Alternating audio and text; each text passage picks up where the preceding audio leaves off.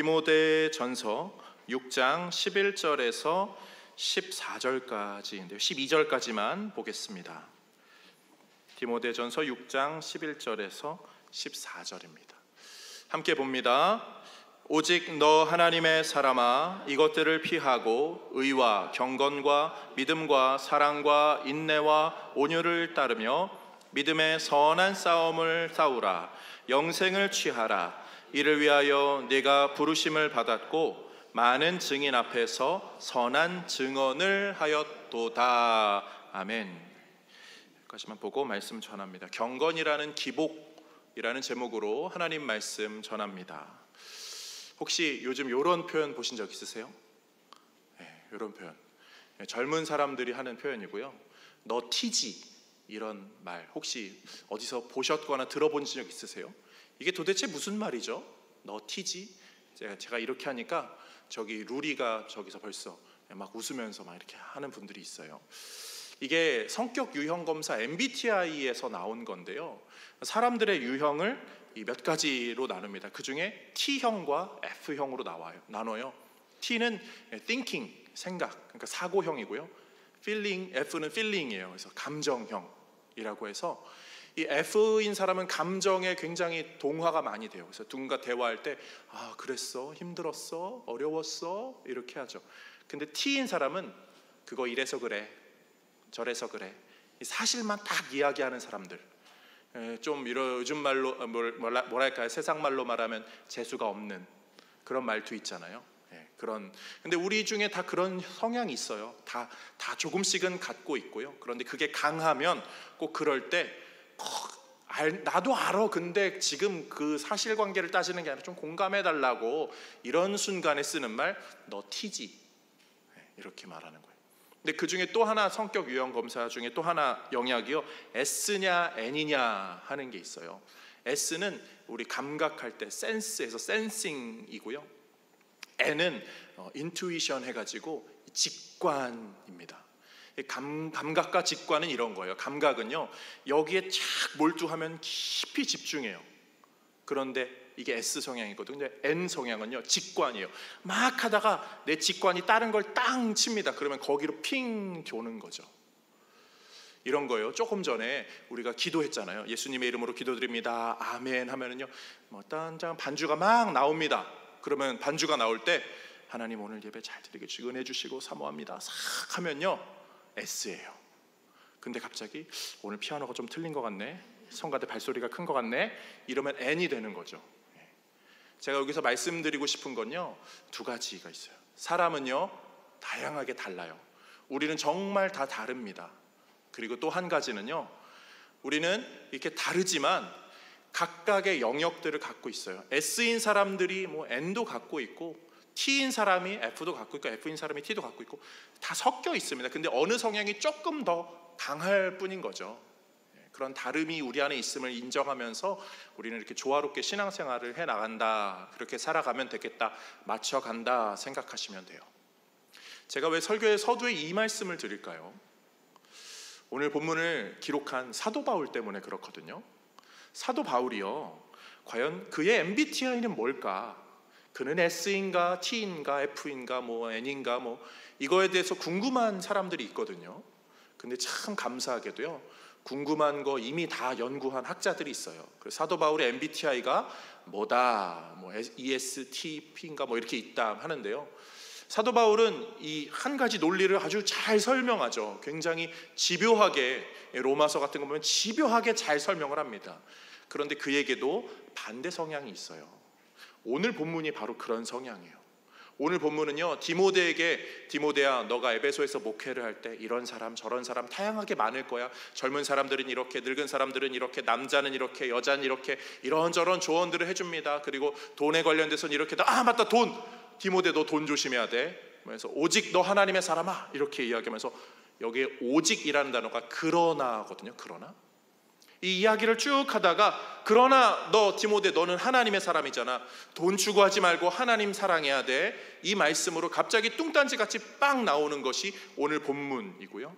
이 이야기가 끝나고 다시 돈 이야기가 나오면서 이렇게 진행이 됩니다. 한번 볼게요. 10절 말씀 보겠습니다. 돈을 사랑함이 일만하게 뿌리가 되나니 이것을 탐내는 자들은 미혹을 받아 믿음에서 떠나 많은 근심으로써 자기를 찔렀도다. 돈 사랑하는 사람이 이렇게 됐어. 돈 사랑하는 거 아주 위험한 거야 가르쳐주다가, 그러나 맞아, 그런데 너 디모데야, 하나님의 사람아, 너 돈 좋아하면 안 돼. 너는 경건을 추구해야지. 너는 하나님의 말씀을 추구해야지. 그러면서 오늘 본문이 갑자기 쓱 들어옵니다. 사도 바울은 이 경건에 대한 이야기를 계속하고 있었어요.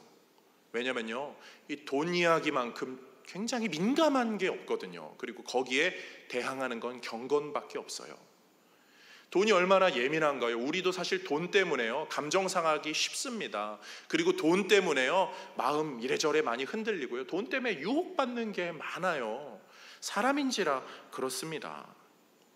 지난주와 이번 주가 이제 우리나라의 휴가철이잖아요. 7월 마지막 주, 8월 첫 주. 7월 말 8초에 항상 나오는 기사거리가 이 한철 장사입니다. 한철 장사. 어디에 갔더니 파라솔 하나에 몇만 원이더라, 뭐 돗자리 하나에 10만 원이더라 하는 그 한철 장사. 그런 이야기 들어보신 적 있으시죠? 그게 다 돈에 관련된 거잖아요. 그런데 이 오늘 설교의 배경이 되는 에베소 지역이 바로 그런 한철 장사가 굉장히 극심한 지역. 에베소에 여러 신전들이 있어서요, 그 신전에 이렇게 신적 활동 예배, 그 신학에 예배 드리는 사람들이 많이 찾아옵니다. 그럼 그 사람들에게 뭔가 장사해서 이익을 남겨야 되잖아요. 이익, 한철 장사, 이런 거에 굉장히 예민하다 보니까 돈에 아주 민감한 사람들이 가득했어요. 그런 가운데 사도 바울이 오늘 본문에 조언을 하는 거죠. 6절 말씀 읽어보겠습니다. 그러나 자족하는 마음이 있으면 경건은 큰 이익이 되느니라. 아멘. 이익에 눈이 벌게진 사람들이 가득한 세상에서 사도 바울은 경건이 가장 큰 이익이다, 이 이야기를 해줍니다. 사실 이 경건에 관한 건 계속 이야기하고 있었어요. 4장 8절 말씀 한 번 더 볼게요. 육체의 연단은 약간의 유익이 있으나 경건은 범사에 유익하니 금생과 내색의 약속이 있느니라. 아멘. 이 말씀 잘 기억하시면 좋겠어요. 경건이야말로 범사에 유익하고요, 금생과 내생에, 지금의 우리의 삶과 앞으로 올 세상에 우리에게 가장 유익한 것, 그것이 경건임을 알고 경건을 추구하는 우리 모든 성도님들 다 되시기를 주님의 이름으로 축복드립니다. 사실 여기서요, 제가요 더 경건을 강조해야 되는 게 맞아요. 기도 좀 열심히 하세요. 예배 좀 빠지지 마시고요. 성경 좀 부지런히 읽으세요. 사실 이렇게 막 쓴소리를 제가 막 해야 되거든요. 목회자는 사실 좀 그래야 되는 것 같아요. 좀 이렇게 성도님들이 힘들고 어렵지만 그래도 좀 해야 되는 영역은 더 이렇게 강하게 해야 되는 게 맞는데, 다들 아시잖아요. 제가 기질상 저는 쓴소리를 별로 잘 못해요. 싫은 소리를 잘 못합니다. 그래서 박태환 목사님은 참 인격적이야, 참 뭐 이렇게 막 칭찬하시는 분들도 많은데, 저에게는 그게 강점이자 약점이에요. 그래서 자녀들한테도 강하게 할 때도 있지만 이렇게 마음이 좀 약해질 때도 많이 있어요. 근데 저는 적어도 이 경건만큼은 더 강조해야 되지 않나. 우리 성도님들이 경건 생활에 좀 멀어지고 있을 때, 집사님 왜 교회 빠졌어요? 이렇게 해야 되는 거 아닌가, 이런 마음이 좀 듭니다. 그렇지만 겉으로는 무슨 일 있으셨어요? 사실 제 마음은 불타오르는 정도가 아니라 그냥 새카맣게 탈 때가 좀 있어요. 그러나 사랑하는 성도님들 다 아시잖아요. 경건이 얼마나 중요한지 아시잖아요. 누가 시켜서 하는 게 아니라 정말 주님 사랑하는 마음에 경건이 참 우리에게 가장 귀한 유익임을 말씀이 증거하고 있다면, 내 삶에 억지로라도 조금 더 경건을 추구할 수 있는 그런 의지가 우리 안에 있기를 주님의 이름으로 축복드립니다. 경건은 정말 우리에게 좋은 유익이에요. 이 정말 복이거든요. 경건 생활 자체가, 하나님과 교제한다는 것 자체가 우리에게는 큰 복입니다. 그런데 이 기독교에 대해서 이야기할 때 이 복이라고 하니까 기독교는 기복주의야, 기복주의가 너무 강해라고 비판하는 분들이 종종 계시거든요. 그런데요, 저는 그분들의 비판이 좀 마음에 들지는 않아요. 왜냐하면 그분들이요, 복이 뭔지를 알까요? 우리가 말하는 복, 우리가 생각하고 추구하는 복이 무엇인지를 알까요? 사실 경건이야말로 가장 큰 유익이라고 하잖아요. 경건해야 유익이 따라온다고 하면 경건해야 복을 받는다는 의미이잖아요. 그럼 경건해야 복을 받는다면 경건을 추구하지 않는 사람들은 그 복이 뭔지를 알지도 못하고 누리지도 못해요. 즉 기복주의니 뭐니 기독교가 이러니 저러니라고 말하는 사람들 가운데는요, 어릴 적에 아무리 신앙생활을 했다 하더라도 이 복에 대해서 제대로 알지 못한다면 기독교가 왜 복을 그렇게 이야기하는지 이해할 수 없거든요.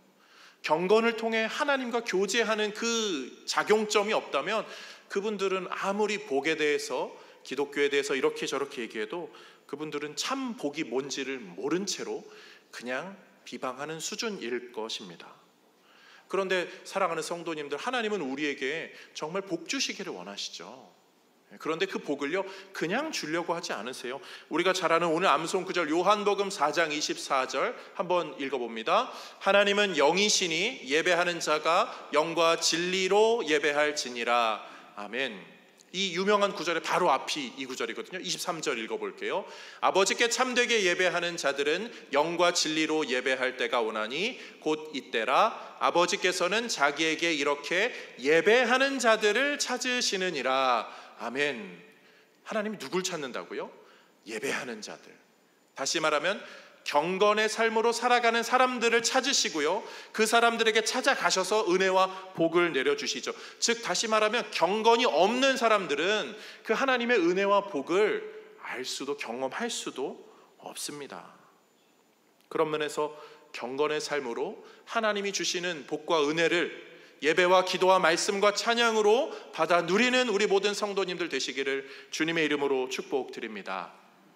그런 면에서 저는 오늘 이 경건에 관련된 걸로, 경건이 얼마나 중요한지를 두 가지로 나누어서 말씀드려 보려고 합니다. 첫 번째로는요, 성도는 경건으로 기복을 다스릴 수 있게 됩니다.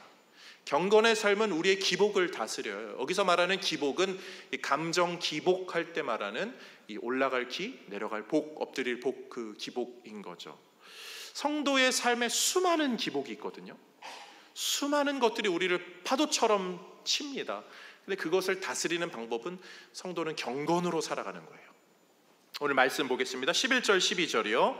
오직 너 하나님의 사람아, 이것들을 피하고 의와 경건과 믿음과 사랑과 인내와 온유를 따르며 믿음의 선한 싸움을 싸우라. 영생을 취하라. 아멘. 여기까지만요. 믿음의 선한 싸움, 사랑과 인내와 온유, 이것은 믿음의 선한 싸움, 곧 경건으로 이루어지는 삶을 살아가는 거죠. 우리 인생 자체는요, 무르게 살 수 없어요. 좋은 게 좋은 거다라고 모든 영역에 그렇게 할 수 없어요. 물론 좋은 게 좋은 거죠. 그렇지만 모든 영역에 이렇게 뒷짐지고 선비처럼 그냥 지켜보고 관망한다고 일이 해결되지 않아요. 우리 인생 자체가 심장이 뛰잖아요. 하나님이 억지로 움직이게끔 만드셨어요. 그냥 자고 누워서 그냥 인생을 허비하는 게 아니라 눈을 뜨고 일어나고 억지로 몸을 일으키고 그 다음에 뭔가를 해야 하는 그런 영역이 분명히 있습니다. 그래야 살아가요. 그냥 가만히 있는다고 일이 잘 해결되지 않아요. 저절로 굴러가지 않습니다. 그냥 있으면 졸리고 또 자고 그냥 게을러지는 것뿐이죠. 억지로 뭔가 움직여야 되는 영역이 있어요. 특별히 신앙인에게, 성도에게 경건이 그 영역이에요. 억지로 우리는 움직여서 입술을 열어 찬양하고 기도하고 무릎으로 나아가고 성경책을 열고 하는 그런 억지로의 어떤 영역이 분명히 필요합니다. 그런 영역이 없이는요, 우리가 하나님께 더 가까이 나아갈 수 없어요. 그냥 하나님은 선하시니까, 하나님 복되시고 좋은 분이시니까 내가 가만히 있어도 나에게 주시겠지. 그거는 큰 오해이고 착각입니다. 성도는 경건의 삶을 살아감으로 말미암아 내 삶의 수많은 파도 가운데서 하나님이 나를 어떻게 이끄시는지를 알고 그 이끄심에 따라서 온전한 은혜의 항해를 하게 되죠. 오늘 본문의 이 사회적 배경이 되는 곳이 에베소라고 말씀드렸는데요. 이 에베소는 좀 특징이 있어요. 에베소는 도시가 좀 발전했고요.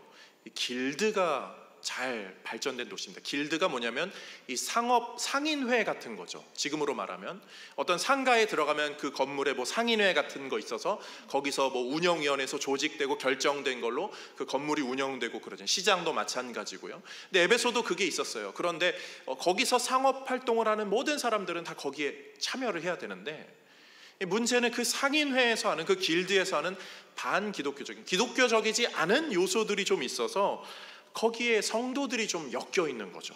이러지도 못하고 저러지도 못하는, 참 난감하고 어렵습니다. 그래서 목회자가 균형을 잘 잡아줘야 돼요. 사실 거기서 사역하는 또 다른 사도가 이 사도 요한이었는데, 그게 너무 심했는지라 사도 요한은 다들 흰 옷 입을 때 막 검은 옷 입고 막 이렇게도 했는데, 디모데도 거기서 사역을 하는 게 쉽지는 않았겠죠. 그런데 이 디모데가 여기서 어떠한 이야기를 해줘야 될지 그걸 사도 바울이 알려주고 있어요.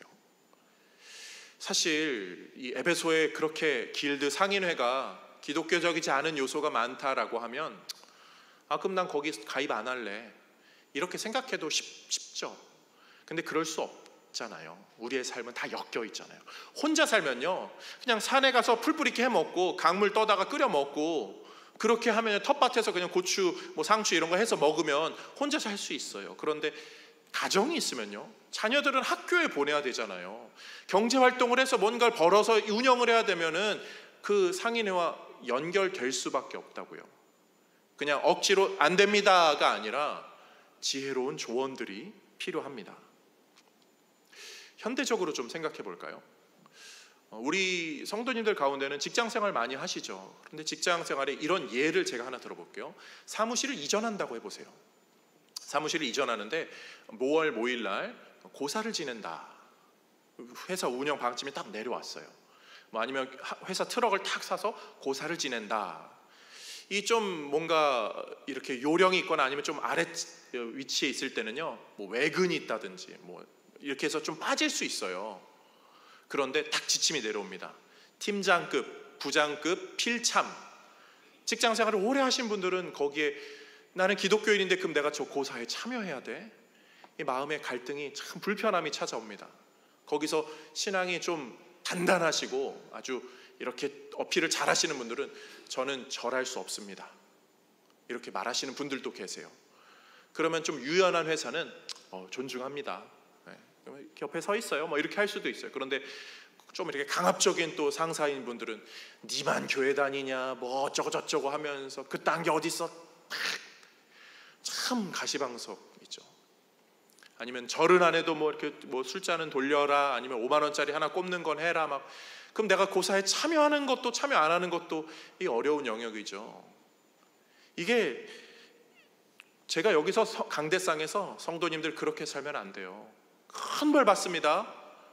그 당장 회사 때려치우시고요, 다른 직종 찾아, 이렇게 말할 수 없어요. 그러면 제가 너무 성도님들을 모르는 목회자가 되는 거죠. 저는 우리 성도님들이 지금 일상을 살아가는 한 주간의 삶이 정말 치열하다라고 나름 짐작은 하고 있습니다. 다 이해할 수 없죠. 얼마나 치열하게 사실까요? 식당을 운영하시는 분들은요, 주류 판매 늘 마음에 걸립니다. 성경 구절 붙여놨는데 냉장고에는 소주 맥주 막 딱 있어요. 그런데 사람들이 찾고 그거 안 하면 운영이 안 돼서 생계가 무너지게 되면 어떡해요? 마음에 거리낌이 있죠. 제 지인 중에요, 과일 장사하는 분이 계시거든요. 근데 그분 만나서 얼마 전에 이야기하는데, 태한 목사, 우리 가게에서 가장 큰 매출 올려주는 사람이 누군지 알아? 저기 옆에 있는 이단 단체야. 그분들 얼마나 많이 이거 사는지 모르겠어. 근데 그런 분들에게 다 끊으라고요? 제가 그렇게 말할 수 있나요? 아니요, 전 못해요. 그렇게 말씀하시는 목사님이 계실 줄 몰라도요, 저는 그렇게 못해요. 그런데 이거를 설교해야 되잖아요. 제가 새벽에 주님 어떻게 하죠?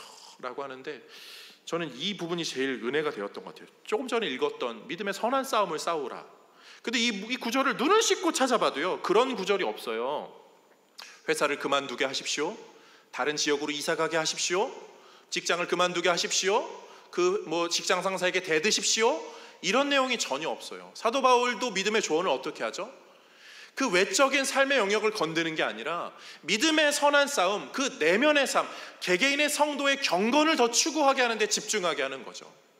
저는 우리 성도님들이요, 직장생활을 하고 사회생활을 하다가 사회에서 만나는 그 수많은 기독교적이지 않은 요소와 고군분투하면서 어쩔 수 없이 발을 한쪽 담그게 되거나 어떤 부분은 좀 밀접하게 연결되어 있는 걸로 힘들어하고 어려울 때 그걸로 불쾌하고 죄책감을 느끼는 것으로 좌절하지 마시고요, 그럴수록 믿음의 선한 싸움, 더 경건을 추구하는 삶, 하나님의 말씀을 붙들고 기도와 예배로 하나님께 나아가는 삶, 그것으로 믿음의 선한 싸움, 내면을 채우는 은혜의 성도님들 다 되실 수 있기를, 그것으로 주님과 더 깊고 친밀한 교제를 나누는 우리 모두가 되기를 주님의 이름으로 축복드립니다.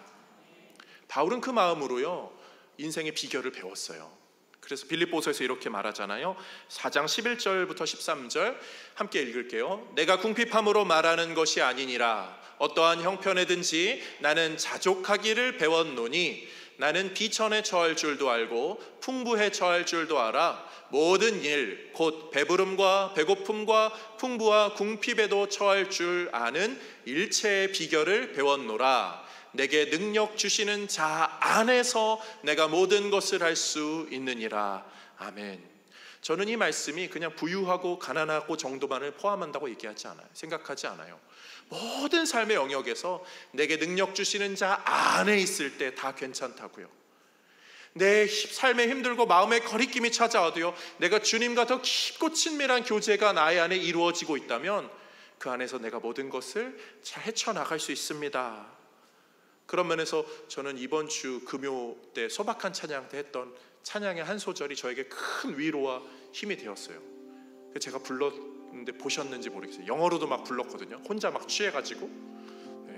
나중에 보고 낄낄 목사님 영어 잘하시네 못하시네 웃으셔도 괜찮지만 가사를 보시면서 저 은혜 많이 받으셨으면 좋겠어요.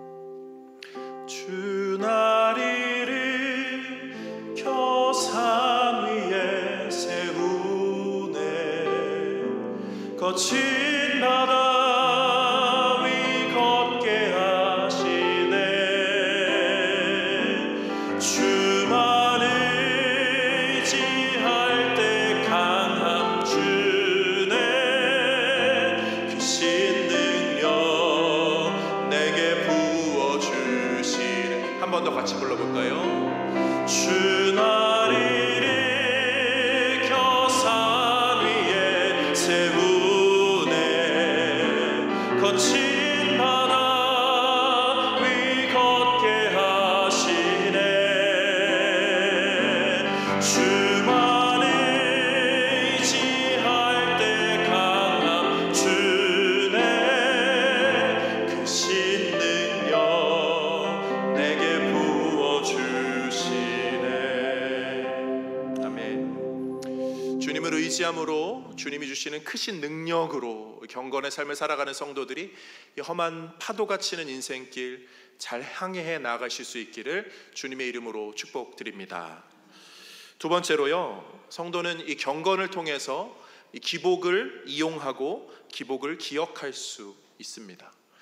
기복이라는 단어가 또 다른 단어로 쓰이잖아요. 종교에서 쓰이는 기복주의 신앙할 때에 이 빌기자의 복자입니다.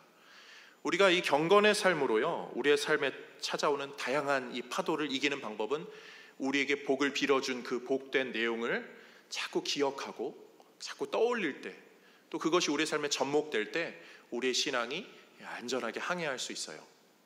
사도 바울이 오늘 본문에서 그 내용들을 이렇게 가르칩니다. 12절부터 14절까지의 말씀을 보는데요, 이 증언, 부르심, 그런 명령, 이런 것에 좀 우리가 집중해서 읽어볼게요.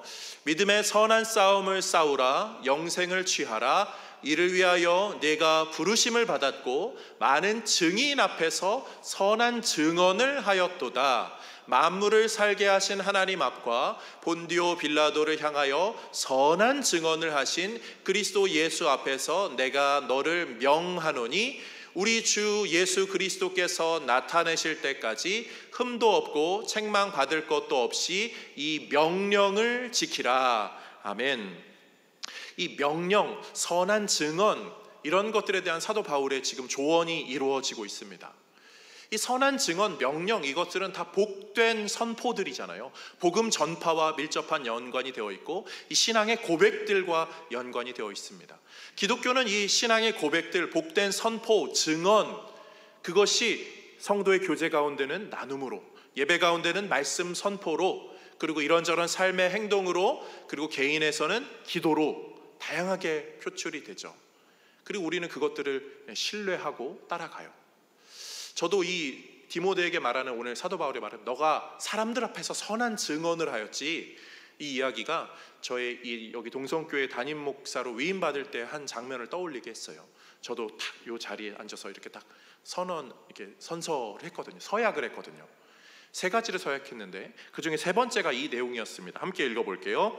하나님의 도와주시는 은혜를 받는 대로 이 교회에 대하여 충심으로 목사의 직분을 다하고 모든 일에 근신 단정하여 그리스도의 복음의 사역에 부합하도록 행하며 목사로 임직하던 때 승낙한 대로 행하기를 맹세합니까? 제가 아멘 이렇게 했죠.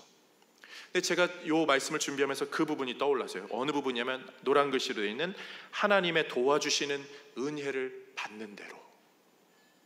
제가 이 목회를 하면서 경건의 삶을 놓을 수 없는 이유는 제가 제 힘으로 목회를 하는 게 아니라 하나님의 이 도와주시는 은혜가 있어야지만 제가 이 목양의 사역을 감당할 수 있기 때문이죠. 주님이 말씀 주지 않으면, 주님이 은혜 주시지 않으면 제가 이 자리에 감히 설 수 있겠습니까? 그런데 이게 어찌 저에게만 해당되는 말이죠. 우리 모든 성도님들의 삶의 모든 영역이 다 그러하죠. 하나님이 우리를 도와주지 않으시면, 주님이 우리를 붙잡아 주시고 우리의 마음을 붙잡아 주시고 우리의 중심에 계셔 주시지 않으면요, 우리는 이 인생을 살아갈 수가 없어요. 우리는 그 주님의 그 선한 조언, 선한 증언, 하나님으로부터 내려오는 그 말씀이 너무나 필요한 존재입니다. 요즘 우리가 살아가는 시대의 사람들은요, 이 조언을 별로 좋아하지 않아요. 조언 듣기는 싫어하고요, 조언하기만 좋아하죠. 그래서 사람들이 모이는 곳 가면, 우리나라는 특히나 더 원래 훈수를 많이 두잖아요. 국가대표 이렇게 축구 경기, 야구 경기 그런 거 하면은 인터넷에는 그 댓글창이 열리거든요. 누구를 빼라, 넣어라, 저 감독이 어쩌니, 조언은 막 합니다. 그런데 우리나라의 민족성은요, 이 토론이 좀 잘 안 되는 것 같아요. 제가 보니까, 이건 제 개인 생각입니다. 조언을 해주면 우리나라 사람들은요, 조언을 공격으로 받아요. 제가 날 싫어해, 제가 나한테 일부러 싫은 소리 하는 거야, 이런 성향이 좀 있어서 우리나라는 좀 이게 어렵지 않나. 그런데요, 그런 분들이, 우리나라 분들이 그렇게 조언 듣기 싫어하면서 정말 조언을 신봉하는 곳은 어디죠? 맨날 핸드폰 보고 검색하고, 옆에 배우자가 하는 조언은요, 가만히 좀 있어! 이렇게 하면서 인터넷으로 누가 무슨 메시지야, 영상에 인터넷 찾은 거 보면 이거 이렇게 해야 돼, 지금 이거 먹어야 되는데 지금 이거 제철이래, 막 이러면서 이렇게 하잖아요. 우리 약간 그런 성향들이 좀 있어요. 이런 우리에게 정말 필요한 게 뭐냐면, 저는 오늘 본문에 이 디모데가 참 부럽더라고요. 왜냐하면 정말 신실한 조언을 해주는 바울이 있잖아요. 신실한 선한 증언, 선한 조언을 해주는 이 바울이 얼마나 존재한다는 게 부러운지 모르겠어요. 요즘 TV 보니까 아직도라는 표현이 좀 죄송스럽긴 하지만, 아직도 오은영 박사님이 TV에서 많이 조언해 주시더라고요. 근데 이제는 어린아이들만 조언해 주는 게 아니라 어른들까지도 조언해 주더라고요. 야, 대단하다. 근데 보면서 공감할 만해요. 저 사람들 조언 받을 만해. 그런데 제 안에 N 성향이 좀 있거든요. 보면서 갑자기, 아유, 오은영 박사님도 조언 받을 만한 게 분명히 있을 터인데, 속으로 그런 생각 혼자 하고 있었어요. 근데 우리 다 조언 받을 만하죠. 우리 다 조언이 필요한 존재입니다. 그런데 우리가 신앙 안에서 사는 이유 중에 하나가 뭐죠? 우리에게 가장 확실한 조언을 해주는 분이 계시다고요. 우리 성령님은 우리 안에 내주하시면서 우리에게 늘 끊임없이 조언해 주세요. 경건의 성도가 살아갈 때 성도는 우리 안에서 늘 조언해 주십니다. 그리고 우리 예수님은 어떻게 하시죠? 지금도 하늘 보좌 우편에서 기복, 우리를 위한 복을 빌어주세요. 우리를 향한 기도를 하고 계시죠. 우리를 향한 가장 선한 조언을 이끌어 주세요.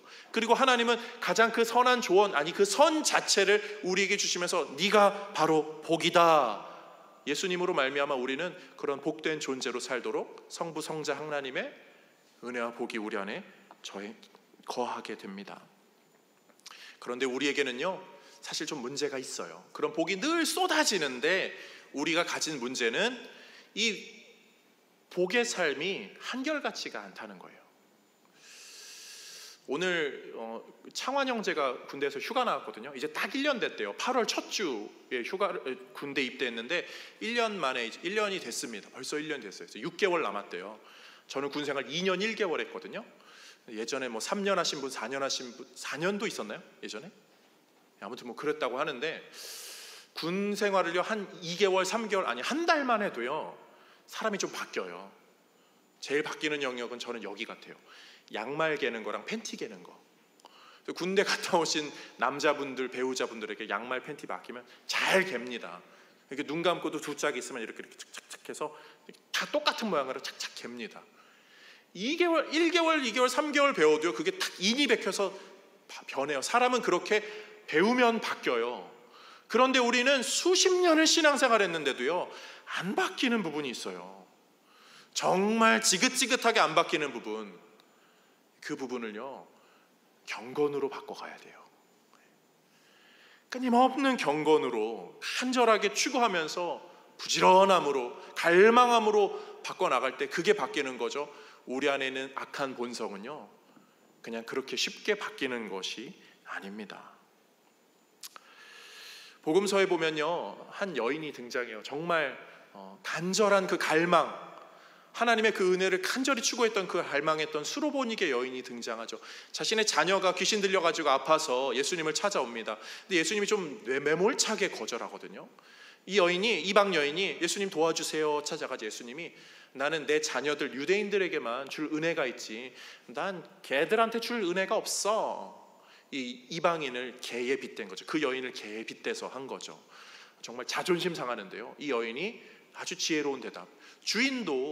주인에게서 떨어지는 부스러기로 그 개들도 먹고 삽니다. 그러자 예수님이 그 간절한 그 고백에 칭찬해 주시면서 그 자녀의 문제를 해결해 주시죠. 이 간절함, 그 갈망함, 그것이 경건으로 이어지는 삶이 있을 때 하나님이 내 안에 바뀌어지지 않는 그 영역들을 조금씩 바꿔갑니다. 미워하는 것, 용서 못하는 것, 게으른 것, 아니면 어떠한 죄악을 추구하는 것, 욕망에 가득 찬 것, 욕심에 어린 것, 이런저런 불평불만들, 그거 단번에 안 바뀌어요. 끊임없이 주 앞에 무릎으로 나아가면서, 말씀으로 나아가면서 주님이 바꿔주셔야지만 바뀌는 거지 내 힘으로 바꿀 수 없습니다. 그것을 해나가는 것, 그것이 기복이에요. 우리가 하는 기도가 되겠죠. 어렸을 적에 늑대소년이라는 것을 한번 본 적이 있습니다. 늑대소년 하면 또 세대가 갈리더라고요. 늑대소년 하면 뭐가 생각나세요? 젊은 사람들은요 배우 송중기가 떠오릅니다. 그리고 어린아이들은 정글짐의 모글리가 떠오르고요.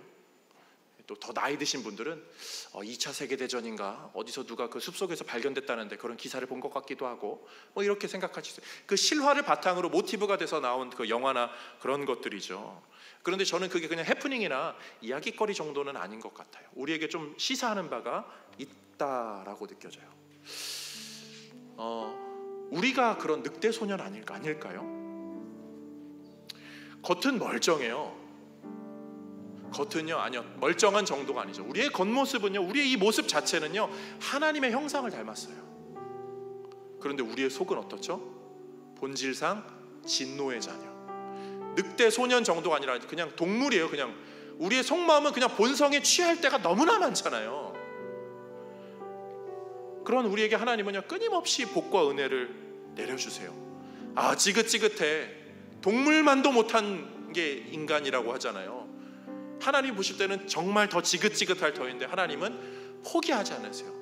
끝까지 붙잡고 가시면서요, 내가 너한테 예수 그리스도를 보내준 이 십자가의 사랑으로 증명해 줬지, 나 너 절대 포기하지 않아. 내 가장 소중한 것 버리는 한이 있더라도 너는 포기하지 않아. 이게 우리가 받은 은혜죠. 그러면서 하나님이 우리에게요 어떻게 하시죠? 우리가 무릎으로 나아가고 말씀으로 나아가고 기도로 나아가면요 매주 부스러기 은혜를 주세요. 제가 이번 주 새벽에 혼자 기도하다가요, 혼자 막 피식피식 된 적이 있습니다. 기도하시는 분들은 모르게 혼자 피식피식 됐어요. 가끔 기도하다가 혼자 막 하하하 이렇게 하들 때도 있는데, 이번 주는 그냥 조용히 약간 이렇게 기도한 적이. 왜냐면요, 하나님 제발 좀 말씀 좀 주세요. 은혜 좀 주세요. 저 이거 주시지 않으면, 부스러기라도 주시지 않으면 제가 이번 주 설교 못해요. 막 이렇게 기도하는데 은혜의 말씀을 막 주시는 거예요. 그럼 제가 막 받아 적거든요. 핸드폰으로. 어두우니까 뭐 이렇게 못 쓰니까 막 받아 적어요. 근데 부스러기 말씀을 주는데 하나님이 탁 이렇게 줘요. 내가 얼마나 많이 줬냐? 근데 돌아보니까 부스러기 정도가 아니에요. 무슨 카스테라 부스러기 이런 거 아니라 정말 풍성하게 채워주셨어요. 제 인생을 그렇게 풍성하게 채워주셨어요. 오늘 설교회 유치부 찬양이 있는데요, 제 뒤에 아이들 보니까 그 생각이 더 많이 나요. 저 동성교회 처음 왔을 때 유치부 아이들이요, 정말 5손가락 안에 꼽혔거든요. 근데 어느새 막 10손가락이 되고 막. 늘 순간순간 살 때는요, 하나님 너무 쩔쩔 주는 거 아니야 생각하는데요, 우리 인생 그렇지 않아요. 실제로 돌아보면 하나님은 풍성하게 부어주시고 쏟아 부어주십니다. 우리가 그걸 느끼지 못할 뿐이죠. 그런 면에서 사랑하는 성도님들, 우리에게 주시는 은혜, 하나님, 내가 무릎으로 기도로 경건으로 나아가면 내 삶에 풍파가 찾아오던 파도가 찾아오던 하나님이 채워주시고 이끌어주시죠. 저는 그런 경건의 삶 살게 하여 주옵소서. 사모하고 소망하면서 무릎으로 나아가고 예배로 말씀으로 나아가는 우리 모든 성도님들에게 하나님의 넉넉한 은혜가 이번 여름 또 우리의 인생 가운데 가득하기를 주님의 이름으로 축복드립니다. 우리 그 마음으로 찬양하면서 하나님께 우리의 마음을 고백합니다. 주님은 신실하고. 우리 한 번만 부르면서 유치부 아이들은 앞에 나와서 여름 사역 발표해 주세요. 주님은 신실하고 항상 거기 계시네. 주 사랑을 뭐라 할까. 주 사랑이 내 생명보다 귀하고 주 사랑이 파도보다 더 강해요.